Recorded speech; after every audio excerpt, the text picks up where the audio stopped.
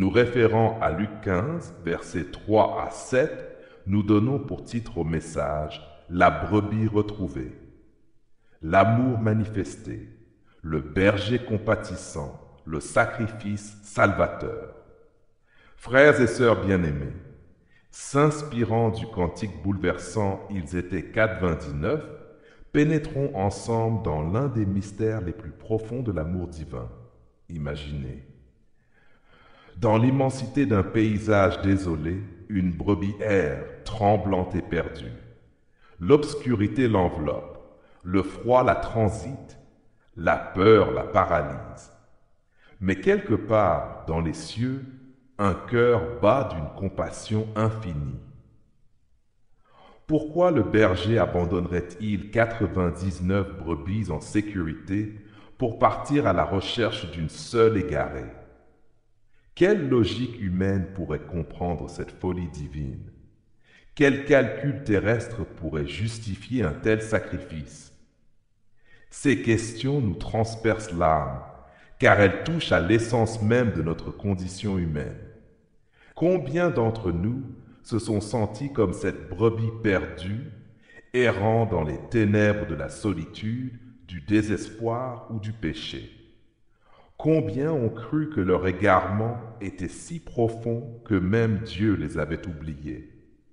Mais voici le mystère glorieux qui dépasse toute compréhension. Notre berger céleste ne compte pas comme nous comptons. Son amour ne calcule pas comme nous calculons. Sa grâce ne mesure pas comme nous mesurons. Pour lui, une seule âme perdue vaut tous les trésors du paradis. En Luc 15, versets 3 à 7, Jésus nous révèle cette vérité stupéfiante. Et il leur dit cette parabole. Quel homme d'entre vous, s'il a 100 brebis et qu'il en perde une, ne laisse les 99 autres dans le désert pour aller après celle qui est perdue jusqu'à ce qu'il la retrouve?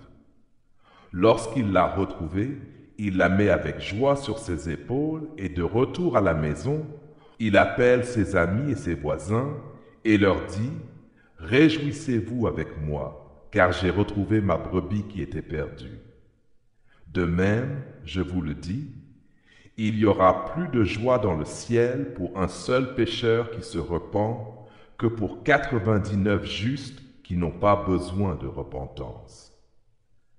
Cette parabole divine résonne à travers les siècles comme un cri d'amour, un appel de grâce, une promesse d'espérance. Elle nous révèle un Dieu qui ne se contente jamais de l'abandon d'une seule âme, un sauveur qui parcourt les chemins les plus dangereux pour retrouver ses enfants égarés. Ce soir, laissons cette vérité pénétrer nos cœurs comme un baume céleste sur nos blessures les plus profondes. Car nous sommes tous, à des degrés divers, cette brebis perdue que le berger vient chercher avec une patience infinie et un amour inépuisable. Bien-aimés en Jésus-Christ, considérons d'abord cette vérité bouleversante qui révèle la nature même du cœur de Dieu. Découvrons ensemble cette quête inlassable que mène notre berger céleste pour retrouver chacune de ses brebis perdues. Oui, la quête divine inlassable. Seigneur, tes 99 sont là. Ne t'en suffit-il donc pas? Cette question du cantique transperce notre compréhension humaine, car selon nos calculs terrestres, 99 sur 100 représente un succès éclatant. Mais le cœur de Dieu bat différemment. Pour lui, une seule âme manquante crée une béance dans l'harmonie céleste. Il y a quelques années, dans un petit village des Alpes, Marie-Claire, une institutrice retraitée, accueillait chez elle des enfants abandonnés. Elle en avait recueilli 19, tous heureux et épanouis. Mais un matin glacial d'hiver, le plus jeune Thomas, âgé de 6 ans, disparut, tandis que 18 enfants dormaient paisiblement, Marie-Claire sortit dans la tempête. Pendant 16 heures, elle arpenta la montagne, appelant, cherchant, refusant d'abandonner. Les secours lui conseillaient de rentrer. Madame, vous risquez votre vie pour un enfant. Pensez aux 18 autres. Mais son cœur de mère adoptive ne pouvait se résigner. À l'aube, elle le trouva, gelé et inconscient, sous un rocher. En le serrant contre elle, elle murmura : « Mon enfant, tu vaux plus que ma propre vie. » Thomas survécut et devint plus tard médecin, consacrant sa vie à sauver d'autres vies. Cette femme avait compris quelque chose du cœur de Dieu. Charles Dickens écrivait avec justesse : « Aucun acte de bonté, si petit soit-il, n'est jamais gaspillé. » Combien plus l'amour infini de notre Père céleste. Dans la première épître de Jean, le chapitre 4, le verset 16, nous lisons : « Et nous avons connu l'amour que Dieu a pour nous, et nous y avons cru. Dieu est amour, et celui qui demeure dans l'amour demeure en Dieu, et Dieu demeure en lui. » Frères et sœurs en Jésus-Christ. Mais cette quête divine ne se limite pas à une simple recherche. Elle révèle un sacrifice qui dépasse toute mesure humaine. Pénétrons maintenant dans le mystère du prix payé pour notre salut. Oui, le sacrifice rédempteur consenti. Seigneur, d'où viennent ces gouttes de sang qui jalonnent le dur chemin? Cette question poignante du cantique nous plonge au cœur du mystère de la croix. Car la quête du berger n'est pas une promenade paisible. C'est un chemin de souffrance et de sacrifice.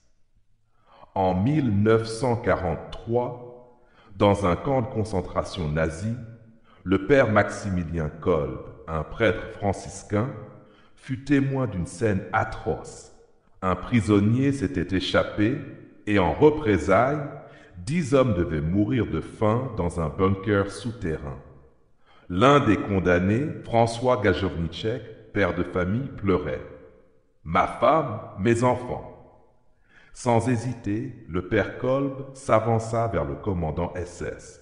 « Je veux prendre sa place. » Le nazi, stupéfait, demanda : « Pourquoi ? » ?»« Parce que je suis prêtre et qu'il a une famille. » Dans ce bunker de la mort, pendant 2 semaines, le père Kolb réconforta ses compagnons d'infortune, transformant l'enfer en chapelle.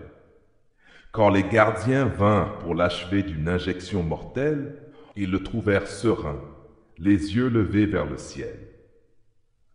François Gajowniczek survécut à la guerre et témoigna jusqu'à sa mort de ce sacrifice qui avait sauvé sa vie. Voilà l'image terrestre du sacrifice céleste. Victor Hugo nous rappelle cette vérité profonde. Aimer, c'est agir. Et l'amour de Christ s'est manifesté par l'action suprême du don de sa vie. En Ésaïe 53, le verset 5, le prophète annonce cette vérité prophétique : « Mais il était blessé pour nos péchés, brisé pour nos iniquités. Le châtiment qui nous donne la paix est tombé sur lui. Et c'est par ses meurtrissures que nous sommes guéris. » Bien-aimés du Seigneur, cette quête sacrificielle trouve son apogée dans une joie qui fait trembler les fondements du ciel. Découvrons ensemble cette allégresse divine qui éclate lorsqu'une âme perdue retrouve le chemin de la bergerie céleste. Oui, la joie céleste manifestée. Réjouissez-vous, j'ai retrouvé mon fils. Ce cri de victoire du cantique résonne dans l'éternité comme le plus beau des cantiques. Car la joie de Dieu, quand il retrouve une brebis perdue, dépasse toute allégresse terrestre. Dans une banlieue difficile de Paris, l'abbé Pierre avait créé un foyer pour les plus démunis. Parmi eux, Jean-Michel, ancien détenu toxicomane, avait sombré dans la déchéance totale. Un soir de décembre, il disparut avec l'argent des dons destinés au repas de Noël des sans-abri. Tout le condamnait, Mais l'abbé Pierre refusait d'abandonner. Pendant 3 mois, il arpenta les rues, visita les centres de désintoxication, contacta tous les hôpitaux. Un matin de printemps, on lui téléphona. Jean-Michel agonisait dans un hôpital de banlieue. L'abbé Pierre accourut et resta à son chevet. Dans un souffle, Jean-Michel murmura « Pardonnez-moi, mon père !»« Tu es pardonné, mon fils. Dieu t'aime. » Jean-Michel survécut, se convertit sincèrement et devint lui-même aidant social. Le jour de sa première communion, l'abbé Pierre pleura de joie devant l'assemblée. « Mes amis, regardez, voici mon fils qui était mort et qui est revenu à la vie. » Cette joie terrestre n'était qu'un pâle reflet de l'allégresse céleste. William Shakespeare nous enseigne: la joie partagée est une double joie. La peine partagée est une demi-peine. Combien plus grande est la joie divine partagée avec tous les anges du ciel. En Luc 15, le verset 10, Jésus révèle cette vérité glorieuse. De même, je vous le dis, il y a de la joie devant les anges de Dieu pour un seul pécheur qui se repent. Frères et sœurs bien-aimés, alors que résonnent encore dans nos cœurs les échos de ce cantique céleste, nos âmes sont bouleversées par la profondeur de l'amour divin révélé. La quête divine inlassable, le sacrifice rédempteur consenti et la joie céleste manifestée constituent les 3 piliers de cette vérité glorieuse. Nous sommes aimés d'un amour qui dépasse toute mesure. Peut-être êtes-vous ce soir cette brebis perdue qui erre dans l'obscurité du péché, de la solitude ou du désespoir. Sachez-le, le berger vous cherche. Il a quitté les 99 pour vous retrouver. Il a versé son sang pour vous racheter. Il se réjouit déjà de votre retour. Peut-être êtes-vous de ceux qui se croient en sécurité dans la bergerie. Mais souvenez-vous, nous avons tous été un jour cette brebis perdue que la grâce a retrouvée. Ne regardons jamais avec mépris ceux qui errent encore. Participons plutôt à cette quête divine en étendant nos mains vers ceux qui se perdent. Car voici la promesse éternelle qui transcende tous nos égarements. Et sur les monts battus par l'orage, par les rocs et les précipices, un cri monta vers le saint rivage. Réjouissez-vous, j'ai retrouvé mon fils. En Jean 10, le verset 11, Jésus déclare cette vérité suprême. Je suis le bon berger. Le bon berger donne sa vie pour ses brebis. Et en Jean 10, le verset 28, il ajoute cette assurance éternelle. Je leur donne la vie éternelle. Elles ne périront jamais et personne ne les ravira de ma main. Que cette certitude habite en nous, que cette joie nous transporte, que cet amour nous transforme. Car nous ne sommes plus des brebis perdues, mais des enfants retrouvés, rachetés par le sang précieux de l'agneau de Dieu. Et un jour, quand retentira la trompette finale, nous entendrons ce cri de victoire définitive. Réjouis-toi, le Seigneur ramène les. Réjouis-toi, le Seigneur ramène les siens. Qu'il en soit ainsi. Amen. Amen.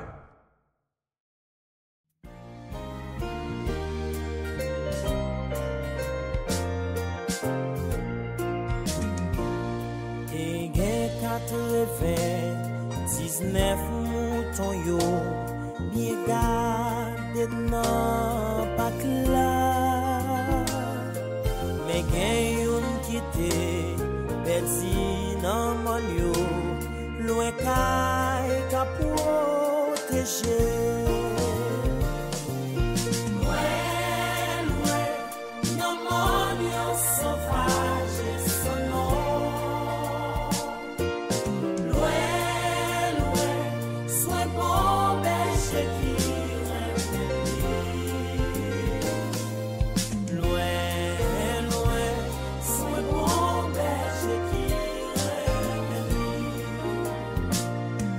Seigneur, mais ou gen 99, c'est pas assez pour.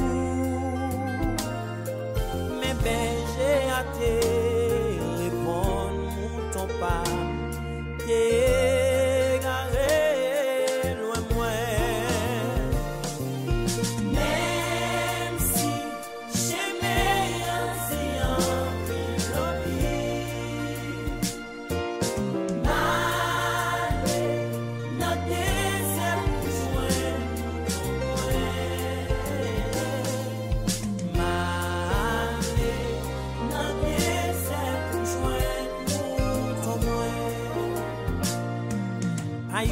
par mirage, te yo, j'en comprends, j'en l'eau à gain danger. Non nuit de les mettre là, t'as traversé pour joindre mouton petit. Ouais, non désert temps de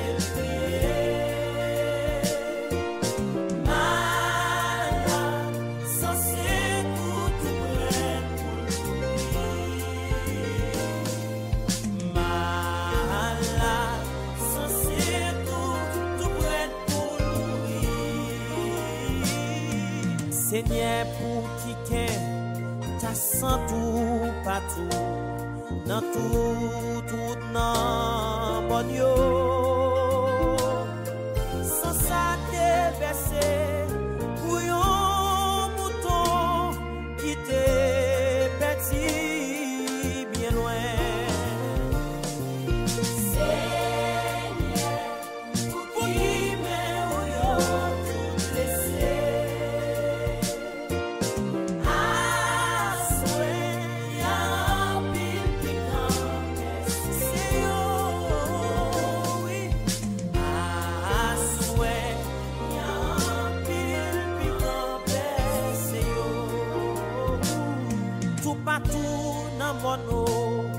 En bas pour l'ouage et puis dans chez mes roches yo tente elle ce jour dans ciel là réjouis moi joindre mouton moi et puis sans yo répéter devant mon Dieu.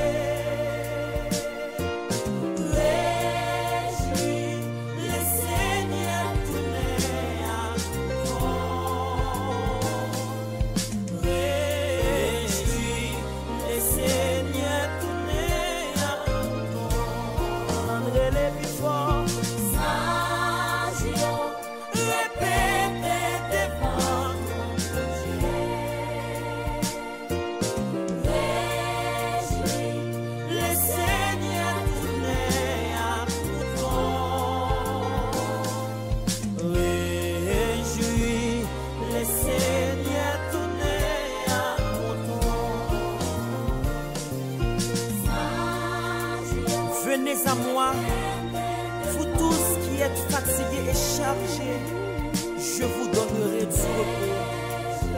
Car il donne la force à celui qui est fatigué, il augmente la vigueur de celui qui tombe à défaillance.